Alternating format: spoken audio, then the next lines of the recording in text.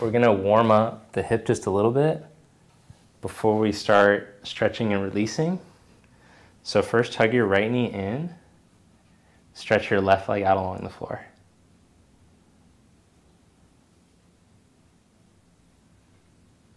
Then change sides, hug your left knee in, stretch your right leg out along the floor.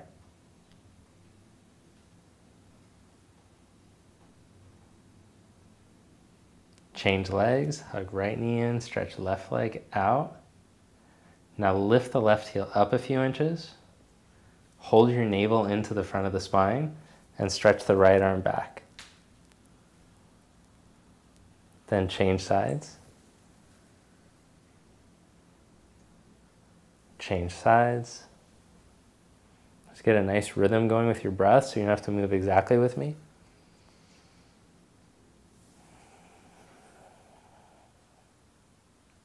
See if you can stretch the extended leg further out and closer towards the floor.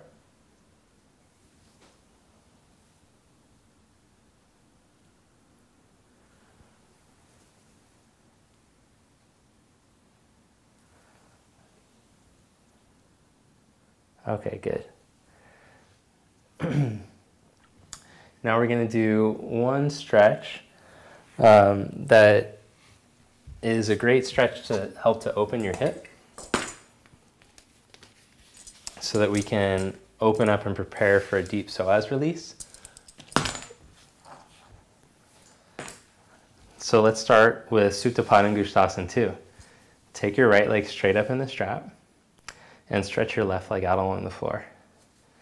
Take both sides of the strap into your right hand, descend through the left thigh and stretch through the left foot as you open your right leg off to the right. So think of the left foot like it's anchoring into a wall as the right thigh turns out and you stretch to the inner right foot.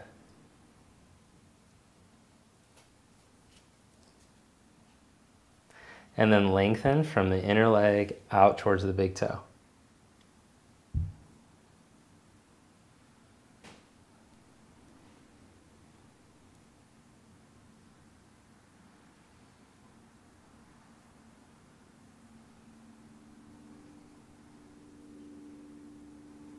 Then bring the leg back up and change legs. Take the left leg up in the strap, stretch the right leg out,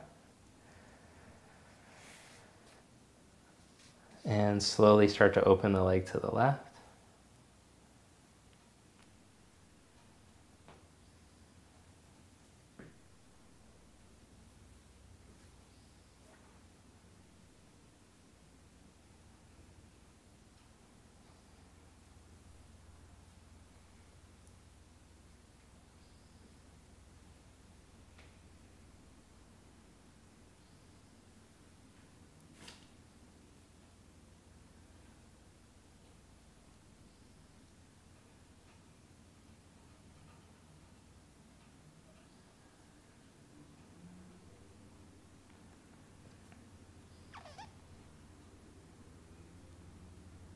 Then bring your leg back up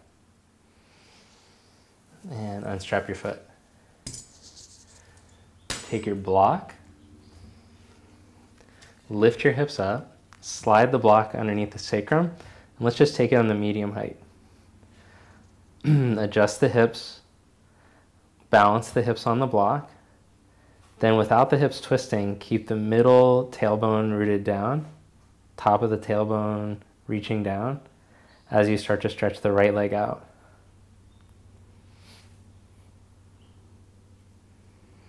Then visualize the psoas lengthening from the inner leg down through the inner knee into the big toe. Keep your navel in and your lower back long to help stretch. So you want to think of that muscle, I'll represent it with this strap right now, like where it attaches onto the inner leg and goes through the hip up into your lower back. So this is the psoas here. And when we're releasing the psoas, if we keep what we do with the lumbar spine affects if the psoas is being pulled taut or not. Then rebend the right knee and stretch the left leg out. try not to let the pelvis twist, because if the psoas and hip flexors are very tight, they'll just pull the pelvis instead of getting them to stretch nice and even. So you hold the pelvis, lumbar spine in position, and then you see if you can stretch the leg without them getting yanked. When they get yanked, you just avoid the stretch there and you borrow from other muscles. So this is why we also go for like less range of motion initially, to make sure that we're really isolating and getting the stretch in the right place.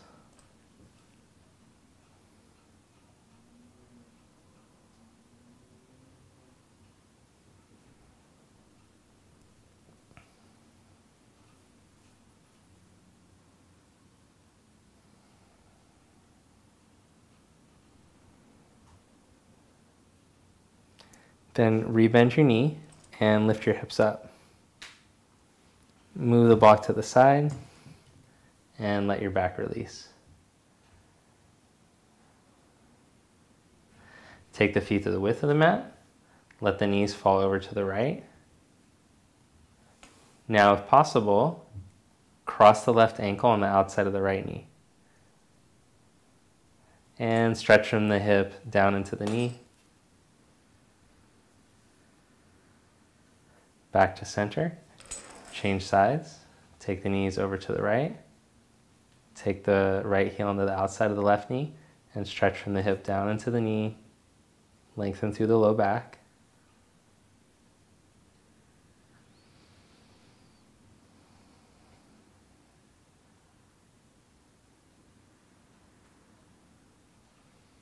Back to center.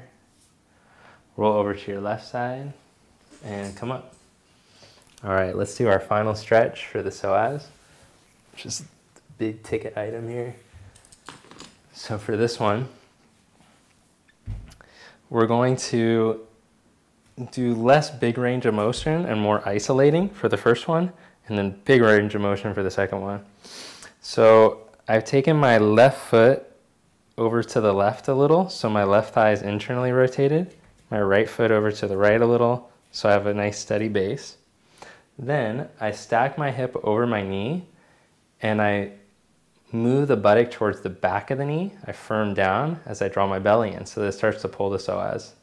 Then I take the left arm forward and I raise the arm up and I visualize like I'm pulling all the connections of the tissues of the fascia through the reach of the fingers and down to the knee at the same time. I'm lifting through the skull, the back of the skull, top of the skull, so the spine is pulling longer too.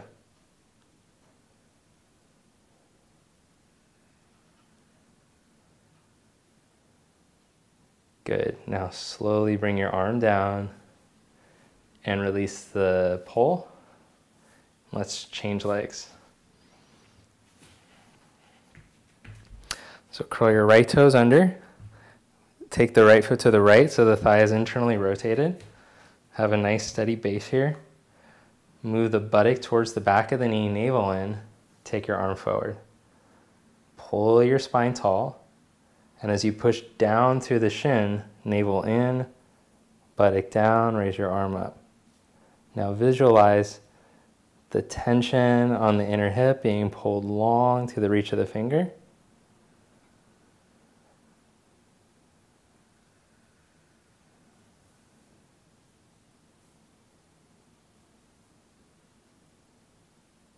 And slowly bring your arm back down and release. Okay, good. So this one is more for the quadriceps, but also can get into the psoas. So with the hands down, bring your heel towards your buttock and drag the top of the kneecap down and away from you as you pull your hips towards your right heel. If you have the flexibility to, draw your belly up, open your chest. You might feel the stretch coming here for the psoas as you stretch your quads. If you don't feel much stretch and you have the flexibility to, you could lift up, bind and grab your foot, and then stretch again. You might feel a deeper stretch this time. And now, instead of opening your chest to the side, I want you to turn the chest towards the floor. And this dimension of movement Helps me to get more into the psoas. You don't have to bind the foot. If you're feeling it in the last one, that's fine. You just stay there. Release the foot, and let's change sides now. Left foot forward. Right knee down. So this can be a big stretch for some people. You can stay here, or you can bring the heel towards the butt, drag the knee down. As you drag the hips forward, you'll feel the pull. Breathe into that, stay there, or reach back with your hand, bind, and then turn your chest towards the floor again as you stretch. This is one of my top 5 favorite yoga stretches to do. It feels so good, and I hold so much tension there on the front inner hip. I really like to do this pose every time I practice. And I always like to do this before I do my back bends because I feel so much more freedom in my spine and in my lower back after I do these stretches. This is like really good maintenance work that I practice regularly. Okay, release that.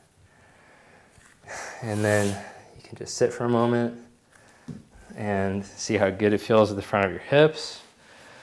Feel like the energy moving through you is supposed to be where the gateway of energy is, up through the spine, to the hips.